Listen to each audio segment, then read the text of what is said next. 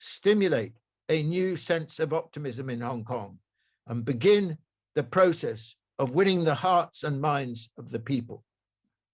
Thank you for listening.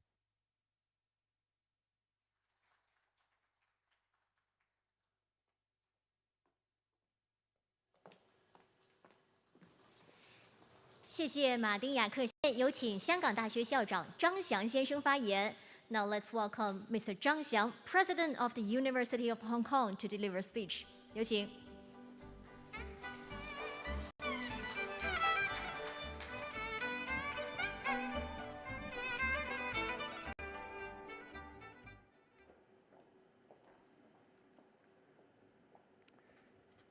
Good morning, ladies and gentlemen.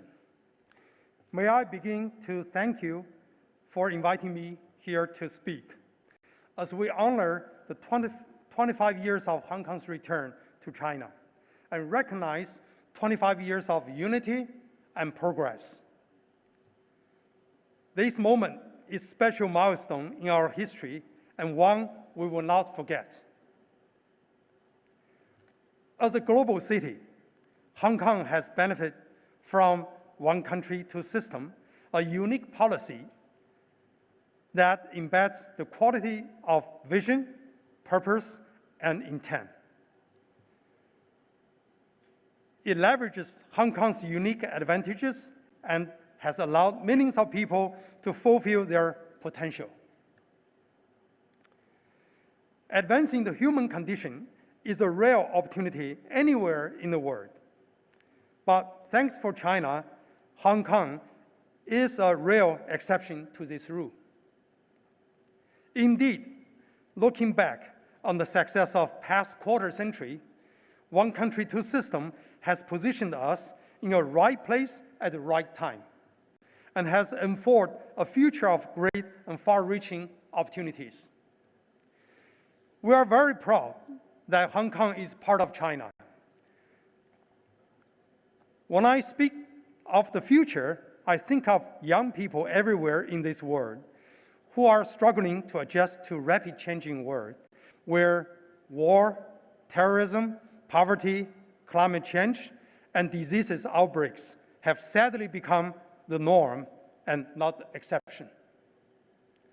But I also see these grand challenges through the lens of higher education. From where I sit as the President and Vice Chancellor of the University of Hong Kong. And more simply, as someone who believes the power of knowledge and learning. To me, education is the key that unlocks the possibilities in each and every human being. It reshapes lives, it reinvents communities. It progresses human civilization. Education, in particular, higher education, transforms families in single generation, and parents, grandparents leapfrog the traditional timeline of progress when young people are nurtured to success. Thus, we have a real chance to positively impact the entire community. This has a direct link to the opportunity created by one country, two systems. In the past 25 years, academic interactions between Hong Kong and mainland have grown significantly and flourished.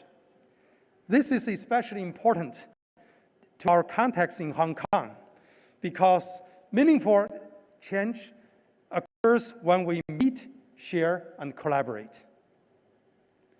Hong Kong U, among others, is helping to drive this dynamic and fruitful journey.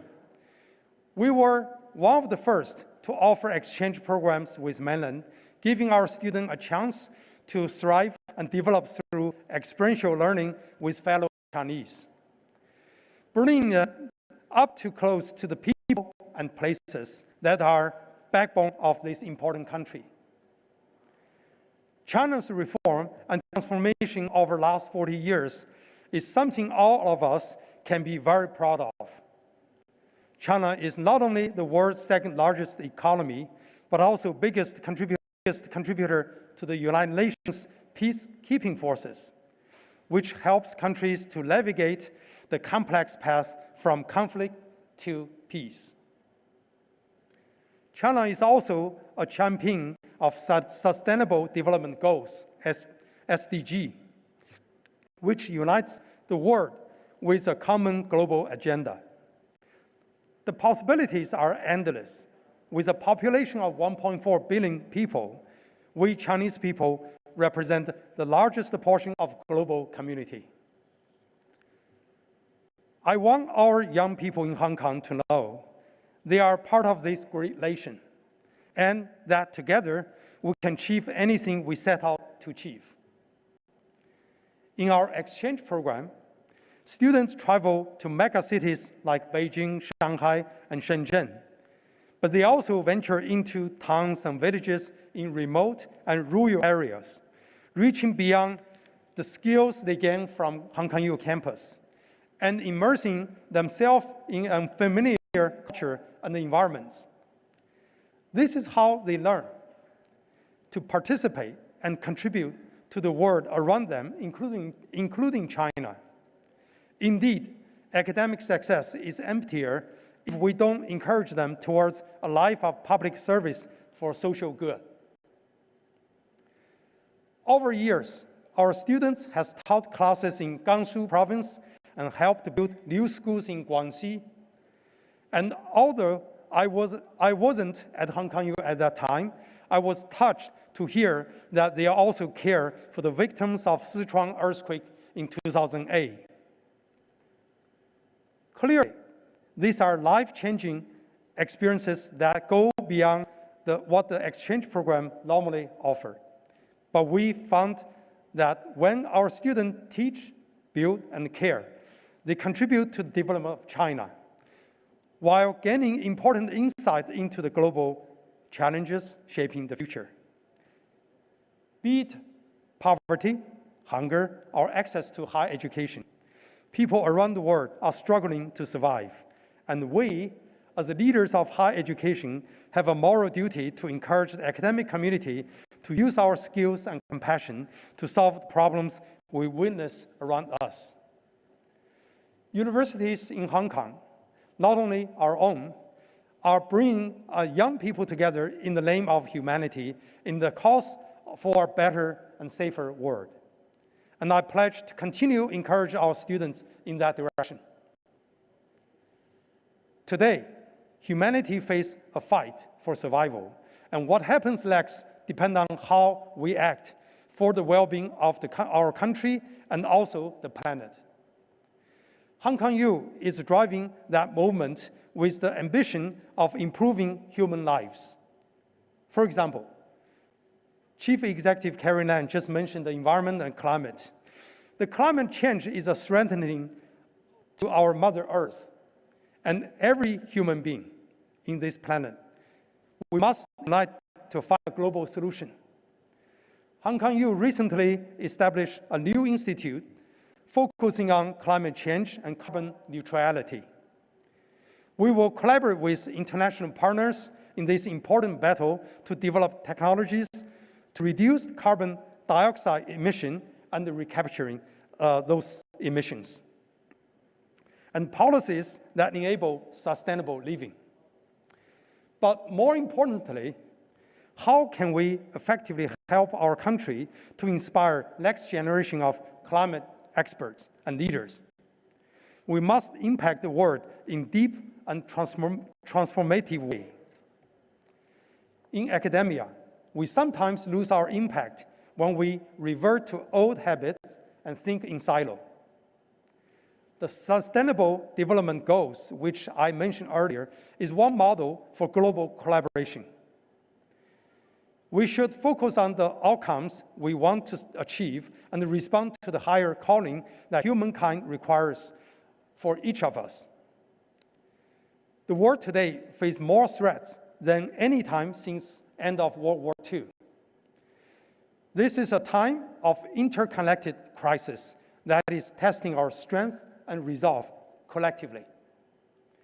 In this pandemic, the entire world was plunged into an era of fear, loss, and suffering. Many doctors, nurses, and other health workers in Hong Kong has worked tirelessly together with the staff sent from mainland. They have all together saved many lives in Hong Kong. We thank everyone for risking themselves in order to protect our citizens. Universities, including our own, have responded in a unique way. In the first few weeks of the COVID-19, Hong Kong U scientists first discovered human transmissions among humans. That gives the world a head start on unknown diseases at that time, a very precious time window. Microsoft Academic ranked Hong Kong U #1 internationally for COVID-19 research. Again, we're actually aware the university campus are not isolated place for learning and research, but also the center of the community we serve. Today, we have a critical opportunity to co-sign the biggest challenge to history. If our crises are interconnected, our effort must be also. I'm excited to share that new initiatives at Hong Kong U will reinvent the way we look at global issues across the board, gathering leaders and expertise in aging, smart city, sustainable living, and more. Throughout history, science and innovation have achieved breakthroughs once through impossible, and China's latest mission to the Tiangong space station is a proof of that. Higher education, as you all know, has a special role to play in advancing human condition. Finally, this brings me onto Hong Kong. Hong Kong has played a historical role as a bridge between the East and the West. One country, two systems offer Hong Kong institutional advantages, with innovation at the front of the social and economic development. We are a regime blessed with strategic location, first-class sea, land, and air transport, and diverse lifestyle that has evolved with a heritage of global exchange and reputation for openness. At the heart of this city is a harbor that is outward-looking, and we have become a place where people from many countries in the world have called Hong Kong home. On a personal note, this is why I came to Hong Kong 4 years ago and why I choose to make my life here. But more importantly, Hong Kong can look briefly into the future because of its role as linked to 1.4 billion people on mainland. 25 years after Hong Kong's return to China, we know that one country, two systems has enabled us to reach much higher potential. Allow me to close with appeal. When we unify for social good, we can achieve anything, not only for ourselves, but especially in a world of great leads. It shouldn't matter where the world we were born or what circumstances we happen to be born into. If we have a dream and purpose, we have a real chance of improving the lives of the generations to come, here in Hong Kong and globally. That, to me, captures the spirit of solidarity and globalization, even though it is hard to talk about this term at this difficult time in the conflict of geopolitics. But we have to look forward and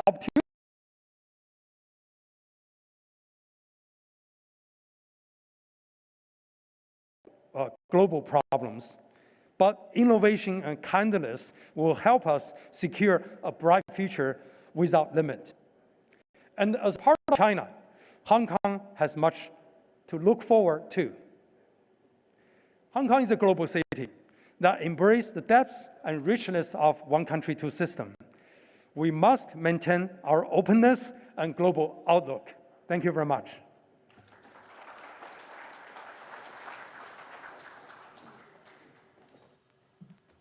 非常感谢张翔校长的发言。Thank you very much, President 张翔。下面有请首席支持机构新世界发展行政总裁郑志刚先生做发言。Next, it is my pleasure to welcome Mr. Adrian Chan Chi-Kong, Chief Executive Officer of New World Development, to give us a speech.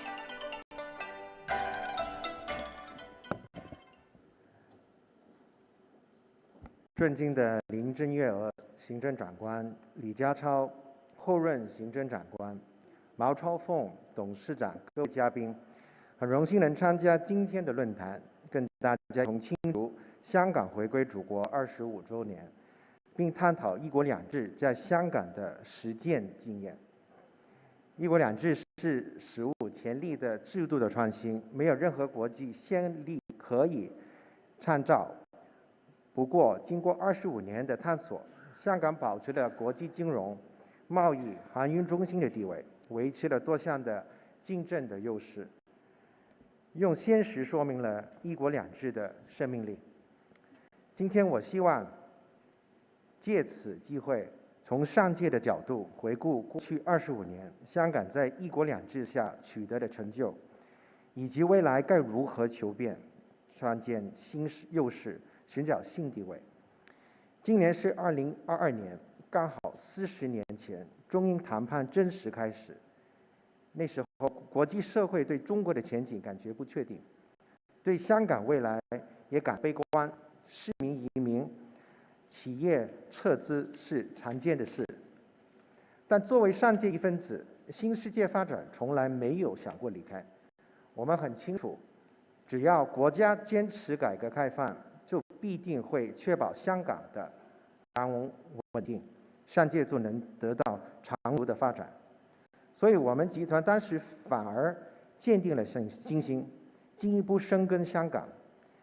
旁边的香港会议展览中心就是一个好的例子。当时港英政府希望新建会展中心，但由于香港前途未明，企业都不敢接下来这个那么大的项目。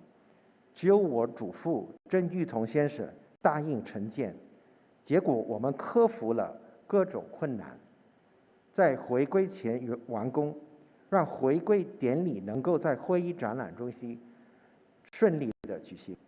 至今，会议中心依然是香港最重要的地标之一。而历史其后也告诉我们，我们对香港前途的乐观是十分明智的。中英联合声明签署后，香港平稳过渡，顺利回归。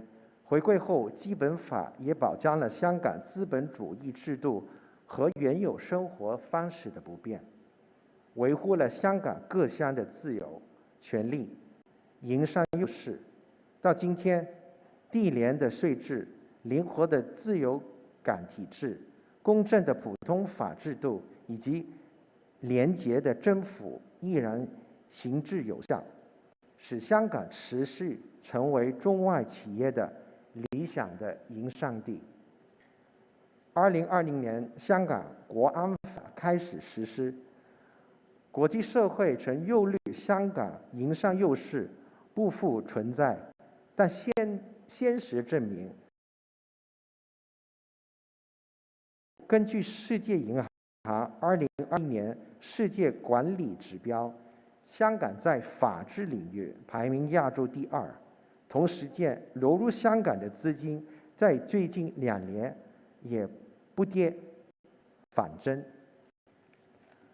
2020年6月，香港国安法实施前，香港银行体系结余为1300亿元。到了今年5月，香港的银行体系结余已超过3000亿，较2年前多出2倍。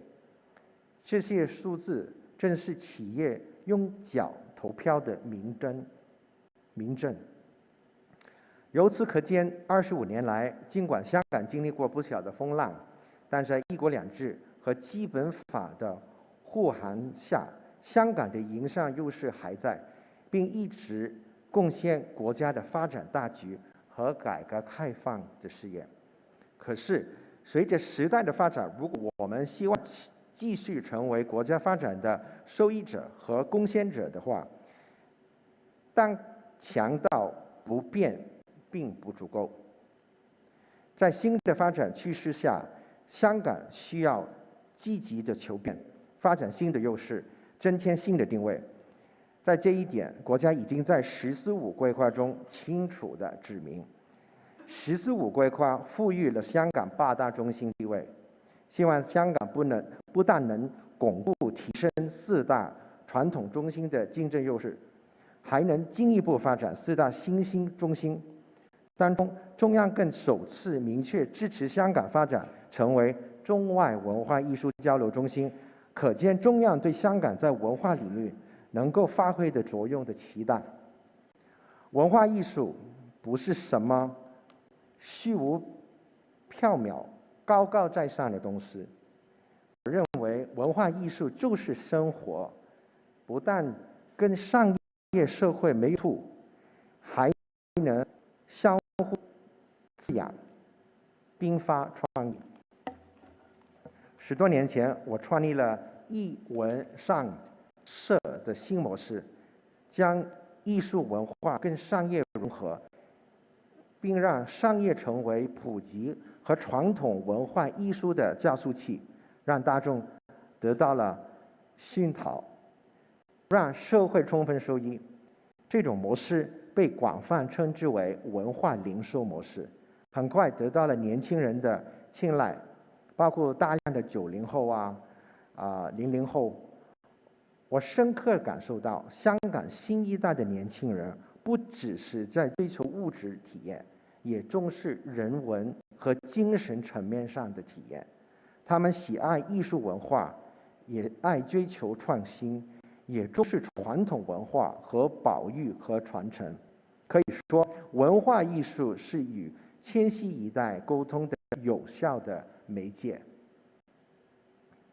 更重要的是，我们的年轻人将成为香港建设中外文化艺术交流中心的主力。我们需要鼓励年轻人在创新中传承，将中国文化，尤其是岭南文化，薪火相传下去。因此，我成立了 K11艺术基金会，推动中国当代的艺术的发展。其后又成立了 K11公益文化基金会，希望构建了一个可持续的方式，保护中国传统工艺，同时扶持新一代的工匠，鼓励香港青年投身中国艺术文化的事业。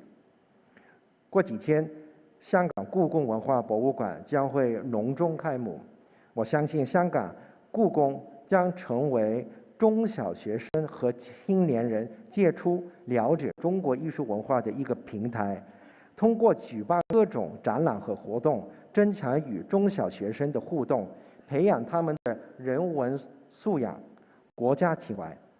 不仅如此，香港故宫更可以利用其国际的网络，广告各界名家，吸引全球观众，在此交流中国历史、文化艺术，将生动的中国故事带出去。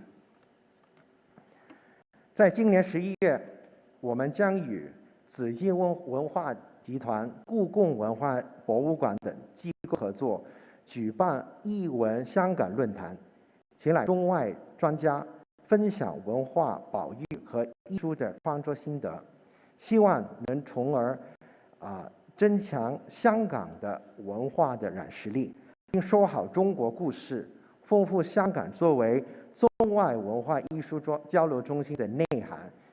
期待届时看到大家。未来我会继续跟社会各界携手，为香港和国家创建更多的文化绿洲，推动新旧文化的交汇，中外文明的互鉴，与文化人以艺通心。这是香港下一个25年能做的事。谢谢大家。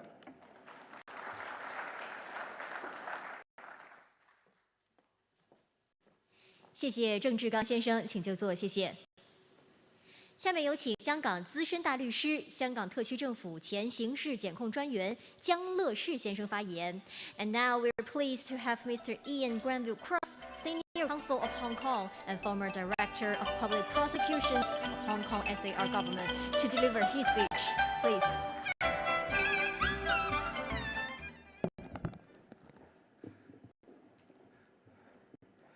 Good morning, ladies and gentlemen. I'm delighted to have been invited to address you today.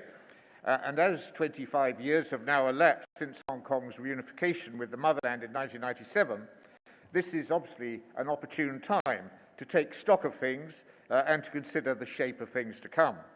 I propose, therefore, to review how three criminal justice institutions, comprising the Judiciary, the Prosecutions Division of the Department of Justice, and the police force, have fared since 1997, and to suggest how their operations can be enhanced.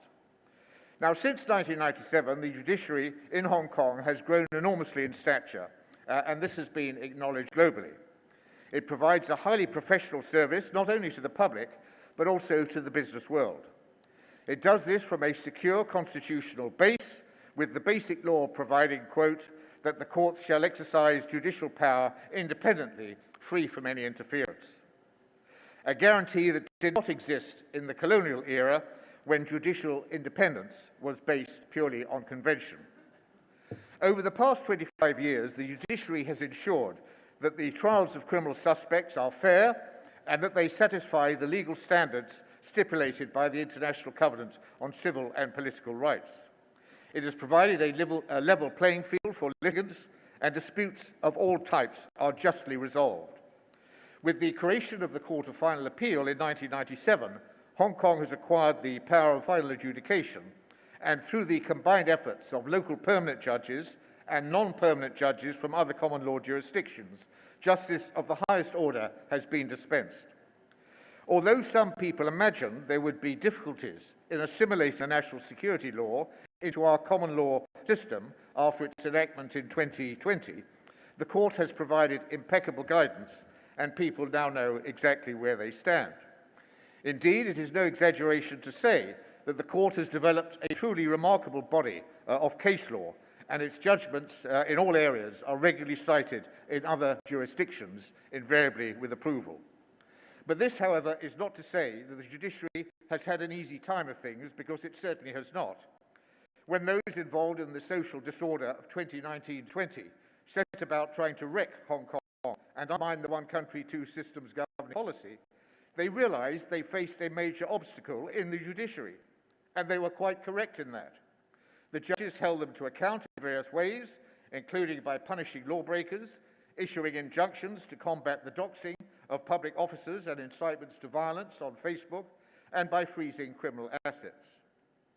And precisely because the judges did so much to uphold the rule of law, they themselves then became the targets, and efforts were made by both local activists and foreign forces to interfere with their work. In an attempt to intimidate the judges, the protest movement's armed wing launched arson attacks on the Court of Final Appeal, the High Court, and the Sha Tin Magistrates Court, but to no avail. Once they realized that their attacks were not having the desired effect, their strategy switched to threatening particular judges. Although this started in 2019, when judges were demonized on in 2021, when many of the culprits finally faced justice. The threats to the judiciary took various forms, including death threats, bomb threats, and threats of injury, sometimes also directed at family members, with corrosive and other substances being sent to the courts. However, the judiciary refused to buckle, and despite the dangers, the judges have upheld the rule of law and remained true to their judicial oath, which requires them, quote, to safeguard the law and advance justice without fear or favour, deceit or self-interest. Now, although the protest movement's domestic plan to intimidate the judiciary was from within, its foreign supporters mounted a separate campaign to undermine its effectiveness. Starting in 2019, long before anybody heard of the national security law for Hong Kong, anti-China elements in the United Kingdom's Parliament were calling for British judges to be withdrawn from the Court of Final Appeal, as they imagined this would weaken its capacity to uphold the rule of law. Once the national security law was enacted, those calls increased in volume, and non-permanent judges in Australia, Canada, and the United Kingdom came under pressure to withdraw from the court. However, with only one or two exceptions, they stood firm, as they knew the court's qualities from first-hand experience, and they saw through the fallacies that were being disseminated. They appreciated not only the court's independence, but also its ability to provide the people of Hong Kong with a world-class legal system. It is certainly true that there have been occasional departures from the Court of Final Appeal's overseas judges, with 2 serving judges from the UK walking away from their responsibilities as recently as March the 30th, but this was a sideshow. The real story is not that several overseas judges left Hong Kong in the lurch, but that the vast majority of them made it absolutely clear that they are committed to Hong Kong and its people, and that they are determined to continue to dispense justice here.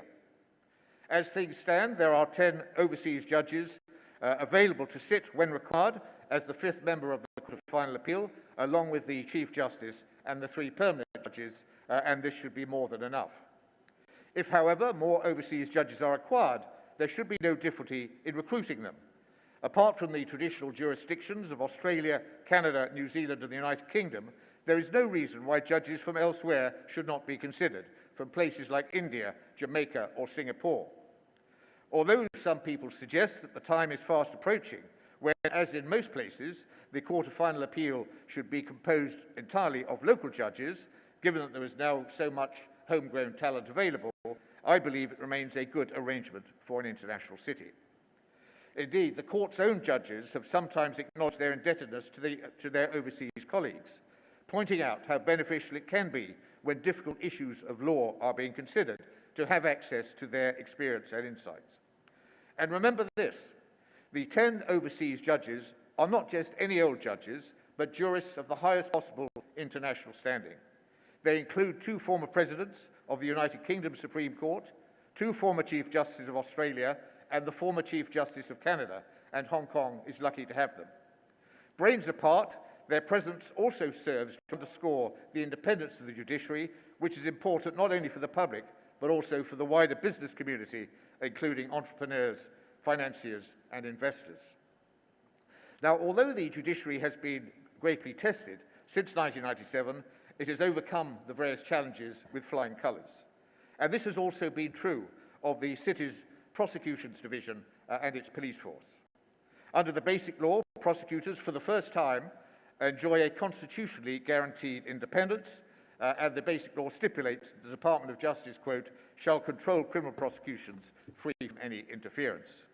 And this has been profoundly reassuring for prosecutors whose decisions are often controversial and easily attract criticism. And when they do find themselves pressurized, prosecutors can always point to their Basic Law protections. But this, of course, does not mean that prosecutors can act irrationally or that they do not need to explain themselves, and they can always be held to account. Since 1997, prosecutors, recognizing the importance of public support, have gone to great lengths to promote transparency, and a series of prosecution guidelines has been published and made available to the community. They not only explain prosecution policy and practice, but also indicate the way in which prosecutors consider that victims of crime and witnesses should be treated, and how cases of domestic violence should be handled. These levels of transparency were unimaginable before 1997, and they indicate the extent to which prosecutors now recognize the need to dispel misconceptions about their work and to promote a greater understanding of how they operate. Now, during the social unrest, the city's prosecutors found themselves under great strain, and saboteurs reportedly sought to influence their operations from within, although this was nipped in the bud. Apart from the huge pressure of work, which sometimes led to serious delays in the processing of cases, their decisions often attracted criticism, with allegations of political bias being not uncommon. The protest movement did all it could to demonize prosecutorial decisions and tried to give outsiders the impression that they were not free agents, but Beijing puppets. This, of course, was fallacious, as the central authorities have always scrupulously observed the provisions of the Basic Law, including prosecutorial independence. But dirt, unfortunately, sometimes sticks. However, even though I was the Director of Public Prosecutions for over 12 years after 1997, I was never subjected to any type of pressure from Beijing or by local officials to take particular decisions. When I was criticized, it was invariably by the so-called pan-democrats for deciding on the basis of established prosecutorial criteria not to prosecute particular individuals they disliked, either because they had mainland connections or were prominent in society. And this was the only sort of political pressure that I ever faced in over 12 years. Now, as with the judiciary, the prosecutors have emerged stronger from the challenges they have faced, and they must now build on this, whether by strengthening their expertise, enhancing their transparency, or developing their internal links. Prior to 1997, strangely, prosecutors had very little contact with prosecutors around the world, but this changed in 2001 when the Prosecutions Division joined the International Association of Prosecutors as its 75th organizational member. This opened new doors for the Department of Justice, enabled its prosecutors to forge valuable ties with prosecutors elsewhere, and facilitated the development of effective anti-crime strategies. Going forward, and at a time when the city's legal system is under fire in some Western countries for propaganda purposes, the Department of Justice should enhance its profile in the International Association of Prosecutors and take full advantage of the opportunities afforded by its membership. Everybody needs to hear that prosecutions in Hong Kong are as fair as ever, that nobody is ever prosecuted unless there is a reasonable prospect of conviction on the available evidence, and that the rule of law is as secure as it has ever been. Turning finally, ladies and gentlemen, to the police force, they have, after 1997, faced the greatest challenges of anybody involved in upholding criminal justice. During the social disorder, they were the city's first and last line of defence, but for them, it could so easily have been ruined. Although in the absence of national security laws, they initially faced great difficulties, they nonetheless displayed professionalism of the highest order, invariably thwarting the rioters with a minimum of force, albeit sustaining multiple injuries themselves in the process. Despite massive provocations and in the face of incessant fire bombs and other attacks, they achieved wonders in protecting Hong Kong, and they did this without causing of life, which was quite remarkable after months of mayhem. Although the protest movement and its foreign backers did everything possible to demonize the force and undermine its morale, including attacking police married quarters and terrorizing police families, police officers courageously defended Hong Kong in the highest tradition of the force, thereby earning themselves the lasting gratitude of not only the city, but of the entire country. With the enactment of the National Security Law, the police force now has the tools it needs to protect the city and to defend the country, but more still needs to be done to protect the officers themselves. Throughout the insurrection, police officers regularly had to confront the violence, insults and abuse, much of it intended to provoke them into overreacting, thus providing footage for the foreign media to gleefully broadcast globally. Of course, under the basic law, everybody enjoys freedom of speech, but as the ICCPR recognises, necessary restrictions lawfully enacted are legitimate in order, for example, to ensure the rights or reputations of others, to protect national security or to maintain public order.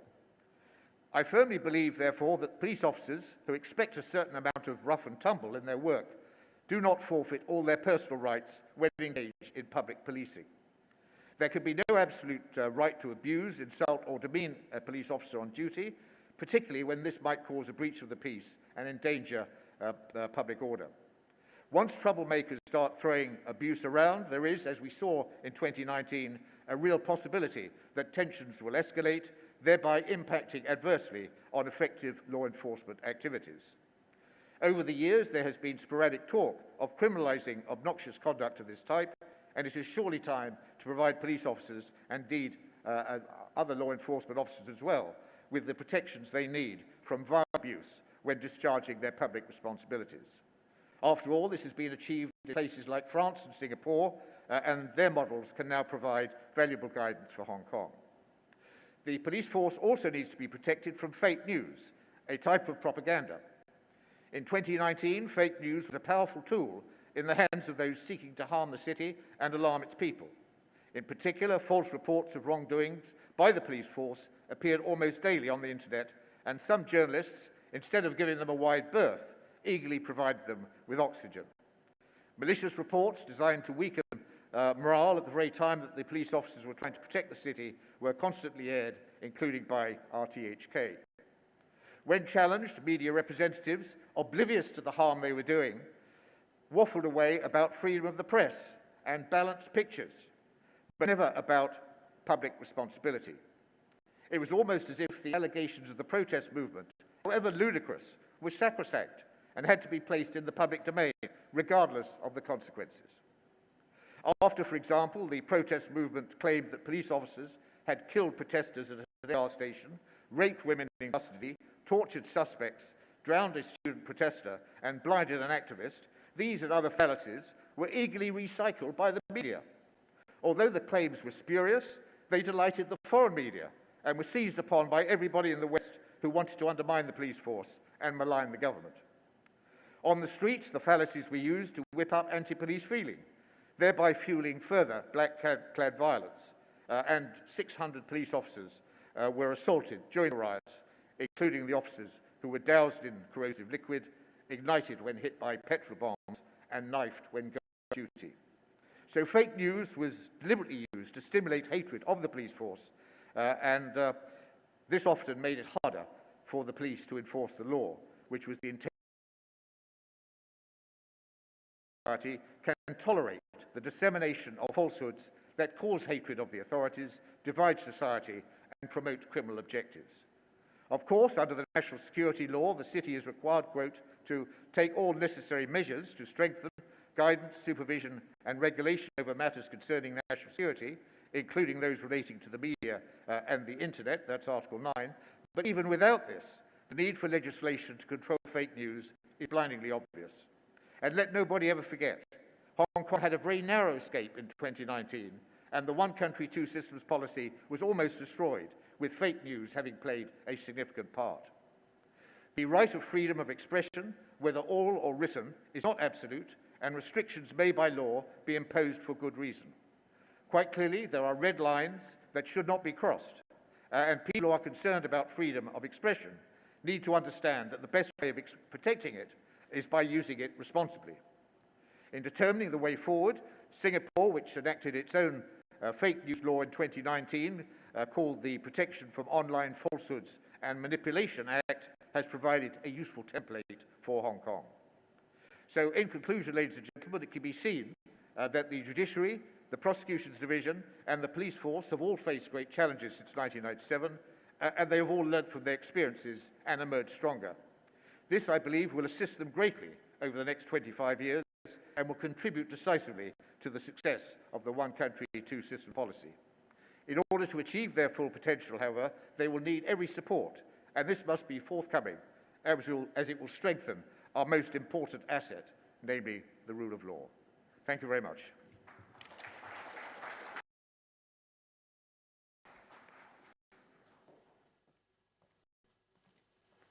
非常感谢江乐士先生。Thank you very much, Mr. Ian Gravio-Gross. 下面有请全国港澳研究会副会长、香港中文大学社会学荣休讲座教授刘兆佳先生发言。Next, let us welcome Mr. Lau Siu Kai, Vice President of the Chinese Association of Hong Kong and Macau Studies and Emeritus Professor of Sociology of the Chinese University of Hong Kong. Welcome. Good morning, ladies and gentlemen. Well, one country, two systems is a primary practical and wise by the Beijing, that is the central authorities, to achieve the nation's peaceful reunification and maintain Hong Kong's prosperity and stability after its return to the motherland. Even though Beijing, having sovereignty over Hong Kong, enjoys comprehensive jurisdiction over the city, Hong Kong, however, is delegated wide-ranging powers to enable it to exercise a high degree of autonomy. Understandably and naturally, Beijing still retains a batch of constitutional powers coming from the national constitution and the basic law to ensure, inter alia, the national security is protected. One country, two systems in Hong Kong is comprehensively and accurately practiced. The basic law is correctly interpreted and executed. The political institutions of Hong Kong are compatible with the needs and purposes of one country, two systems. and the chief executive and principal officials are fully accountable to the state government. In retrospect, the success of one country, two systems in Hong Kong owes immensely to Beijing's faithful and impeccable fulfillment of its obligations under one country, two systems, and the prudent exercise of its constitutional powers. Arguably, since Beijing bears ultimate and inescapable responsibility for the success of one country, two systems, the powers are exercised mainly to fulfill its solemn obligations to the nation and Hong Kong. All along, Beijing is determined and sincere in fulfilling its obligations under one country, two systems. Beijing, for example, has, in conformity with the Sino-British Joint Declaration, stipulated the basic policies of the People's Republic of China regarding Hong Kong and the elaboration of them in Annex 1 to the Joint Declaration in the Basic Law of the Hong Kong Special Administrative Region of the People's Republic of China by the National People's Republic of China, and they will remain unchanged for 50 years. It should be noted that Beijing's state policies toward Hong Kong were made by Beijing alone and had nothing to do with the British. The promulgation of the Basic Law in April 1990 pushed further than Annex 1 in conferring rights and privileges to the Hong Kong residents. It demonstrates that China has completely fulfilled her obligations under the Joint Declaration. And thereafter, the Joint Declaration has become a historical document without legal effect. Over the years, until recently, Beijing has been very cautious, restrained, and conscientious in using its constitutional powers. Beijing exercised tremendous patience and displayed much magnanimity in face of the relentless provocations and assaults by the anti-China elements in Hong Kong and their foreign patrons.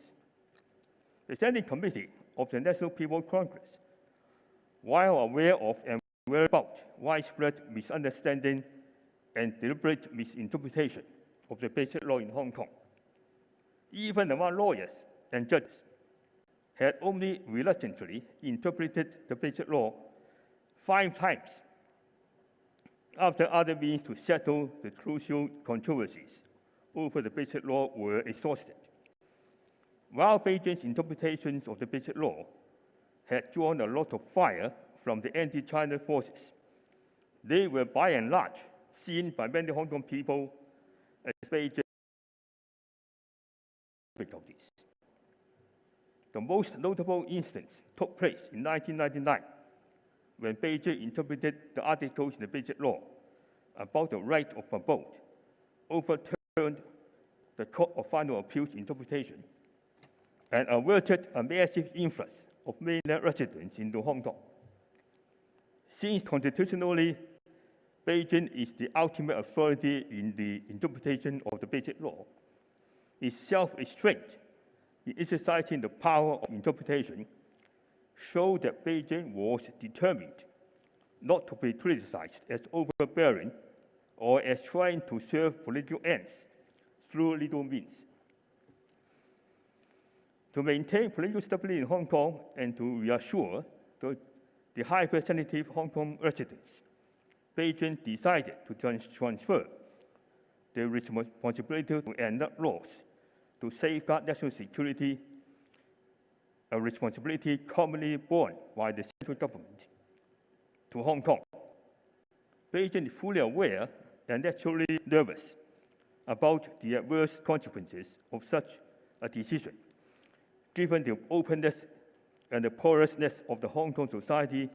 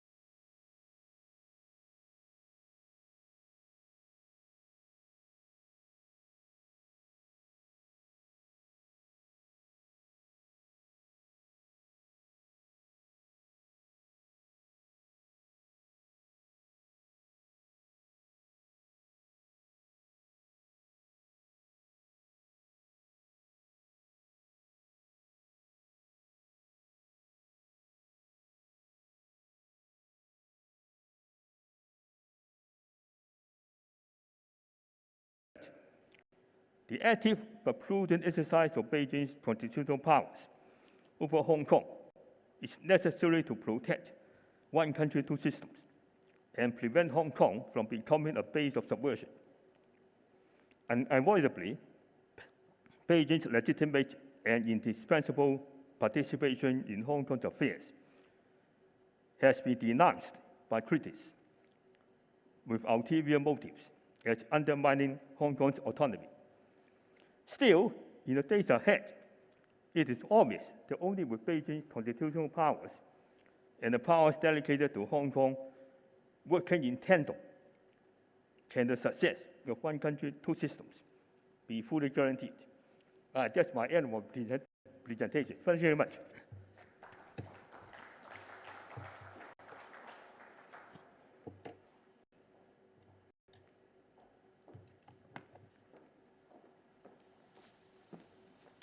Thank you, Mr. Lau Shika. 下面有请美国库恩基金会主席、中国改革有益奖章获得者罗伯特·库恩先生发表视频致辞。And now we're pleased to have Mr. Robert Kuhn, Chairman of the Kuhn Foundation in the United States and the recipient of the China Reform Friendship Medal, to deliver his video speech. 各位来宾，朋友们，你们好。It is a pleasure to participate in the Bohemia Culture International Symposium on the achievements and future of one country, two systems. Of all the topics I think I know well, I do not count Hong Kong. Although I visit Hong Kong, have Hong Kong friends, and research Hong Kong for my writings, for example, its repatriation to China and the Asian financial crisis, both in 1997, and the recent visionary Greater Bay Area Coordinated Development Plan, I do not know Hong Kong like I know Beijing. That's why I'm often reluctant, at least initially, to accept interview requests from the international media about Hong Kong. If I could not speak authoritatively, or at least confidently, I should not speak at all.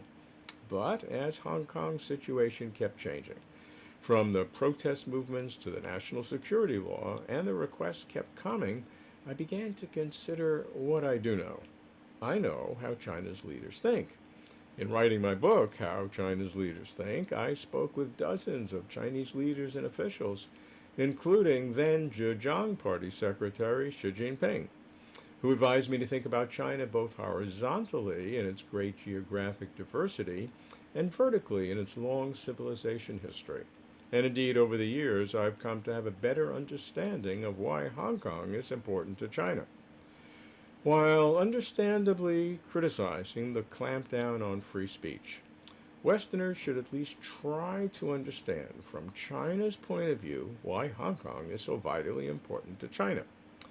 When I'm interviewed on Hong Kong, I begin with this same basic question: why is Hong Kong so vitally important to China? I offer 5 reasons, 2 economic, 3 political. The first is that Hong Kong has been the gateway for doing business in China, facilitating reform and opening up and catalyzing the country's economic miracle. But with the rise of mainland markets, exemplified by Shanghai and Shenzhen, Hong Kong's unique role has diminished. The second economic reason is the Guangdong, Hong Kong, Macau Greater Bay Area, a central strategy for transforming China's economy via coordinated development. And here Hong Kong energizes regional integration. The Greater Bay Area GDP is more than $1.7 trillion, about 12% of China's total GDP, and it is projected to reach around $3.5 trillion by 2030. If the Greater Bay Area were a country, an independent country, its GDP would rank almost in the world's top 10. The first political reason of Hong Kong's importance to China is that it exemplifies the one country, two systems policy that enables Hong Kong's special status, and which at some point Beijing seeks to apply to Taiwan. The second is that Hong Kong represents China's historic reclamation, after over a century of oppression and humiliation, of global presence and import. Hong Kong's return to China has promoted national pride, as well as it should, just as its prior colonization was part of China's century of humiliation. The third reason is that Hong Kong as a leading world city reflects China's international image and soft power. Writing in 2019 at the height of the protests, I repeatedly said that China's central government seeks the best for Hong Kong, but on China's own terms, and that China prioritizes national security and social stability, which are essential for economic development, and rule of law, which is essential for social development. Beijing will defer to the local Hong Kong government as much as possible and as long as possible, I said at the time, thus sustaining the one country, two systems policy. But there are three red lines, I said at the time, that cannot be crossed. One, movement toward Hong Kong independence, or even quasi-independence, which includes wholly open one-person, one-vote elections for local leaders. Two, using Hong Kong to try to undermine the mainland's party-led political system. And three, unending chaos, such that Hong Kong's economic viability would be threatened. I continue to say that China's central government will make the absolute minimum interventions necessary to safeguard these three red lines, but they will, under all circumstances, safeguard them. As the Hong Kong protests escalated, so did the Beijing rhetoric, and then commencing formal action culminating in the national security law. Chaos in China is said to be the enemy of the people. And as the People's Daily Commentary asserted at the time, if they, meaning the protesters, are allowed to trample on the rule of law in Hong Kong, then Hong Kong's advantages and Hong Kong's competitiveness will be eroded. Given interconnectedness, as China saw it, the protests in Hong Kong could not be much quarantined from all of China, where stability has been the foundation for reform and development. Moreover, in his domestic policy, President Xi's pledge to promote common prosperity, a multi-decade grand vision for which stability is essential. Now, if social protests, or even as China would put it, turmoil in Hong Kong seems unrelated to, say, poverty alleviation on the mainland, this is the crux of the matter as seen by China's leaders. Let me explain. For several years, I've been focusing on President Xi's targeted poverty alleviation campaign. I co-produced, wrote, and host a documentary, Voices from the Front Line, China's War on Poverty. China's broad economic growth had lifted over 800 million Chinese people out of poverty, the greatest developmental success story in human history. But in late 2012, when Xi Jinping became China's senior leader, there were still about 100 million Chinese who would remain intractably poor, no matter how high the GDP per capita. And this was due to living in remote mountain villages mainly, or health issues and the like. Xi Jinping asserted that China could not claim to be a moderately prosperous society, Xiaokang Xiaohui, by 2020, China's first national goal, if any of its citizens lived below the line of absolute poverty. Hence, President Xi mobilized the party and the country to fight poverty and eradicated all extreme poverty by the end of 2020. Although relative poverty remains a major issue, and progress toward common prosperity is a multi-decade commitment. Who can deny that China's astounding success in poverty alleviation is related to political stability and party leadership? 5 levels of local party secretaries fought extreme poverty, the provincial, municipal, county, township, and village levels. Party officials could not be promoted unless and until they fulfilled their specific numeric poverty alleviation goals. I watched local officials being held accountable, sweating, their careers at stake. All forms of governance systems have trade-offs, and only collective human wisdom can discern what is optimum for each social group under its own conditions at its own times. But I'm rather confident that under China's conditions, and in these times, the vast majority of those hundreds of millions of Chinese who have been lifted out of extreme poverty would be pleased that political stability enabled economic development and party leadership delivered poverty alleviation.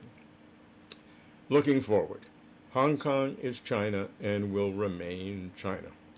The challenge for Chinese wisdom is to see what it will take long term to secure the kind of robust stability that empowers, that does not squelch, creative benefit of all. Hong Kong has long been an essential venue for foreign technology and capital to enter mainland China.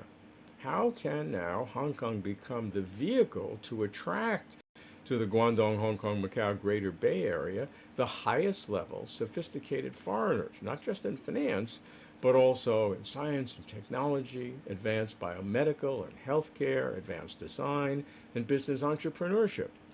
Hong Kong has great opportunities.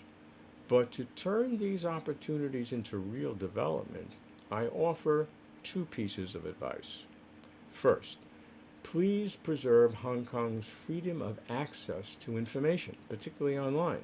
And second, please do not restrict Hong Kong experts from interacting freely with their peers in other countries. Hong Kong has significant new potential, which could be attenuated if information is restricted and expert interaction is limited. The best people in diverse fields cannot tolerate barriers to information and constraints on their professional associations. Hong Kong indeed has great potential. Hong Kong is a unique city for China and for the world. 谢谢你们。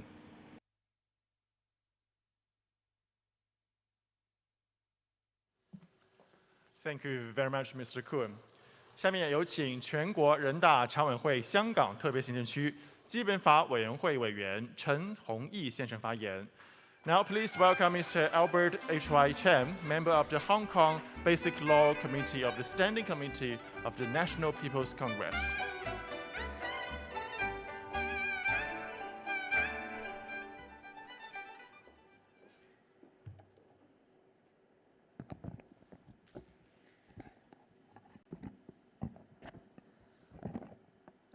Ladies and gentlemen, it's my honor and pleasure to speak to you today on the topic of the evolving constitutional order of one country, two systems. One country, two systems is an innovative constitutional arrangement designed by the late Deng Xiaoping for the purpose of securing the reunification of colonial Hong Kong with the motherland. The basic principles and features of the Hong Kong Special Administrative Region under one country, two systems were specified first in the Sino-British Joint Declaration of 1984, and then in greater detail in the Basic Law of the Hong Kong Special Administrative Region enacted by the National People's Congress in the year 1990. The Basic Law was drafted on the basis of two basic principles: the principle of Chinese sovereignty over Hong Kong and the principle of Hong Kong's high degree of autonomy, with Hong Kong people ruling Hong Kong. The Basic Law confers on the executive, legislative, and judicial organs of the Hong Kong SAR extensive powers. These powers cover a wide range of subject matters that include almost all policy domains, with the exception of defense and foreign affairs.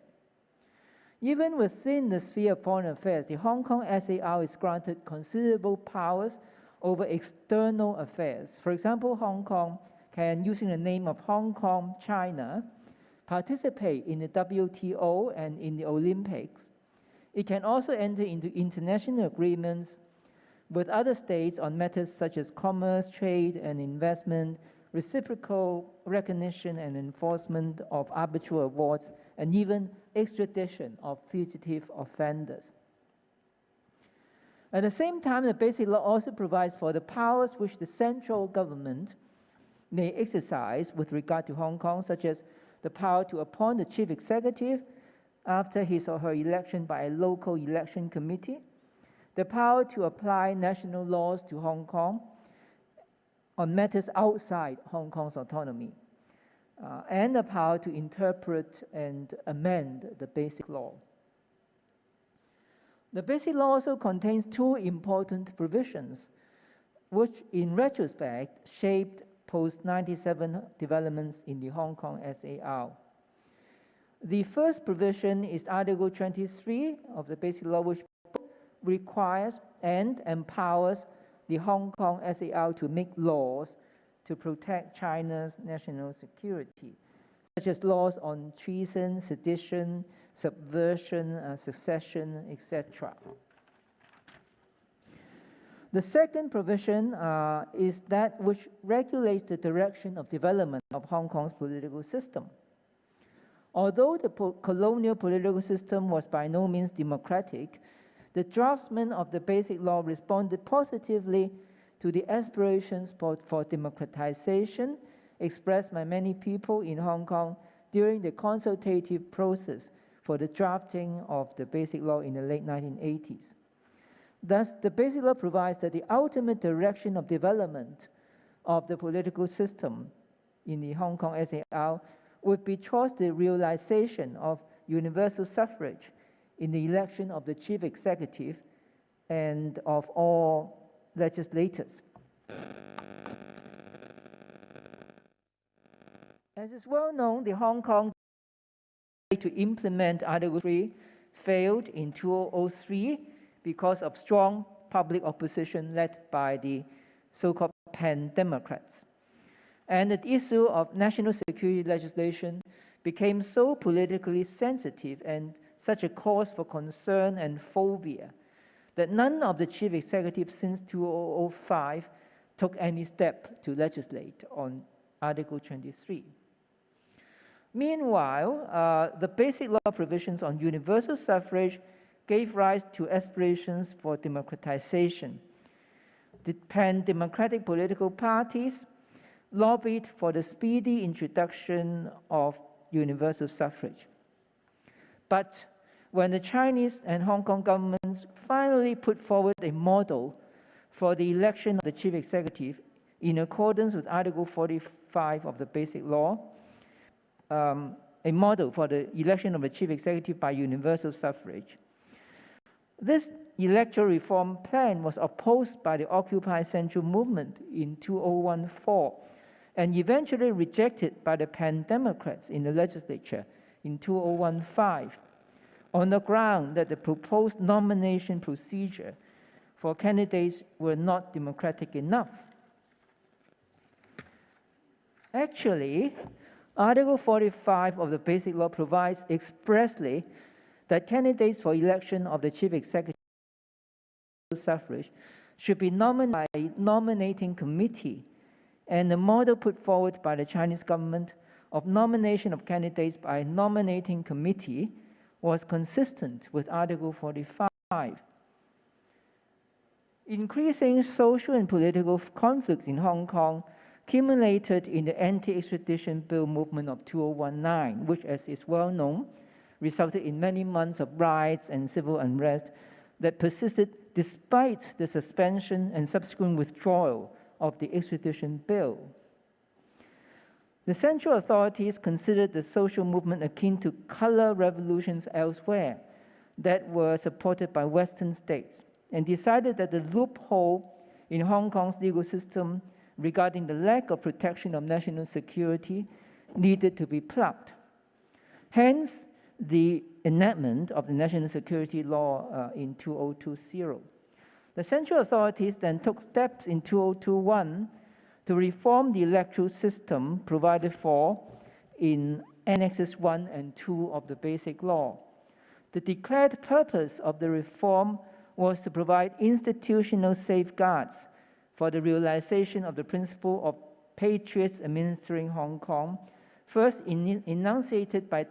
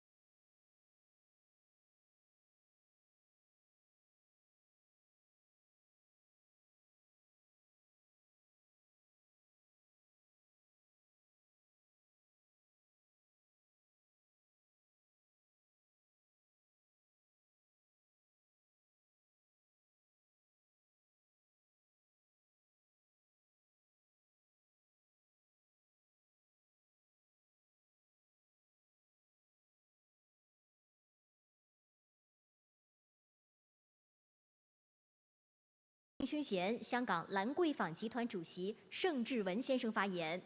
Last but not least, let's welcome Mr. Alan Zeman, GBM, Chairman of the Lan Kwai Fong Group in Hong Kong, to deliver his speech. Please.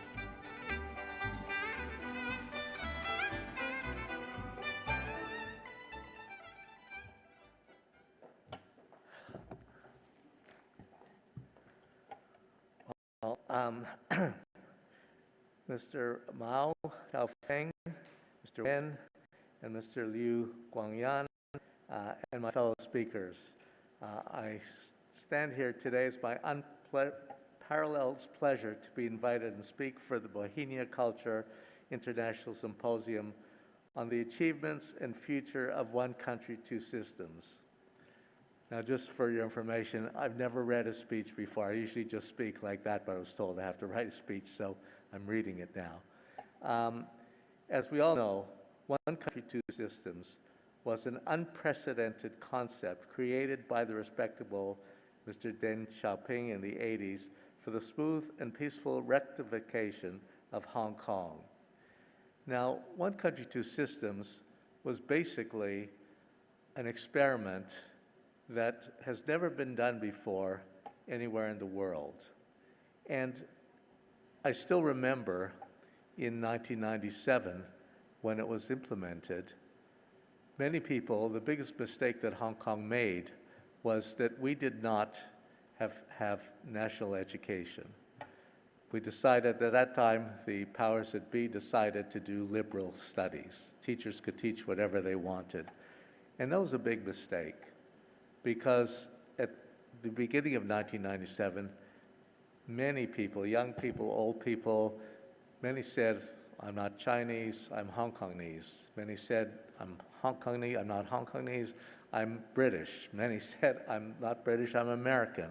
And so there was confusion for the last 25 years until 2020.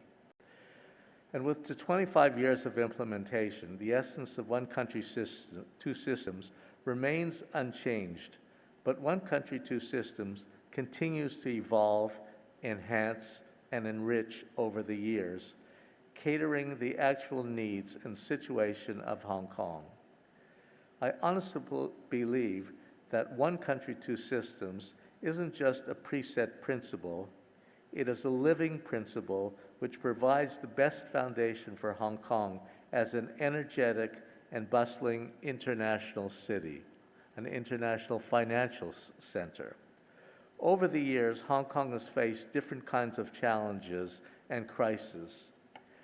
Yet one country, two systems has provided us the strongest foundation and backup from China, helping us to counteract and overcome negative impacts we encountered as an open economy.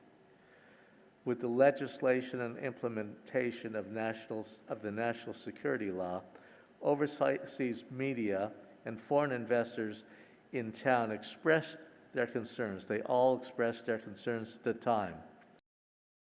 That Hong Kong's stability, prosperity, and uniqueness would be fading away.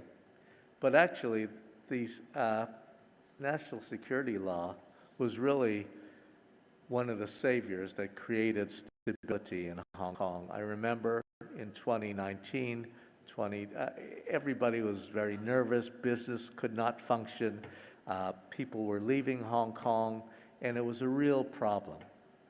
But in essence, what Beijing did was quietly wrote a national security law, which really they implemented in 2020 and was criticized by all the Western media. Hong Kong, China taking back Hong Kong through a national security law. Now, how wrong was that? Out of 200 countries around the world, 120 countries have a security law. Well, what's wrong with Hong Kong? Why can't we have a security law? And the security law, at the end of the day, brought stability back to Hong Kong. And we can see the results up to now. People have been able to do business here. It's attracted people back to Hong Kong, and it's created a foundation for one country, two systems to continue to evolve.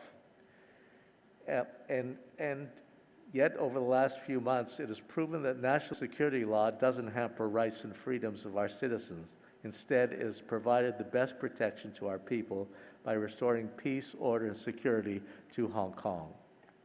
As I shared with the media on numerous occasions, many of my foreign friends regained their confidence and trust in the city with the return of peace and order. Nevertheless, the COVID pandemic has thrown us into another turbulence of turmoil. This pandemic poses unprecedented challenges to Hong Kong, not only in public health, but also in our economy and one country, two systems as a whole. I am glad that my sincere suggestions had been well received, not just by the Chief Executive herself, but also the general public of Hong Kong.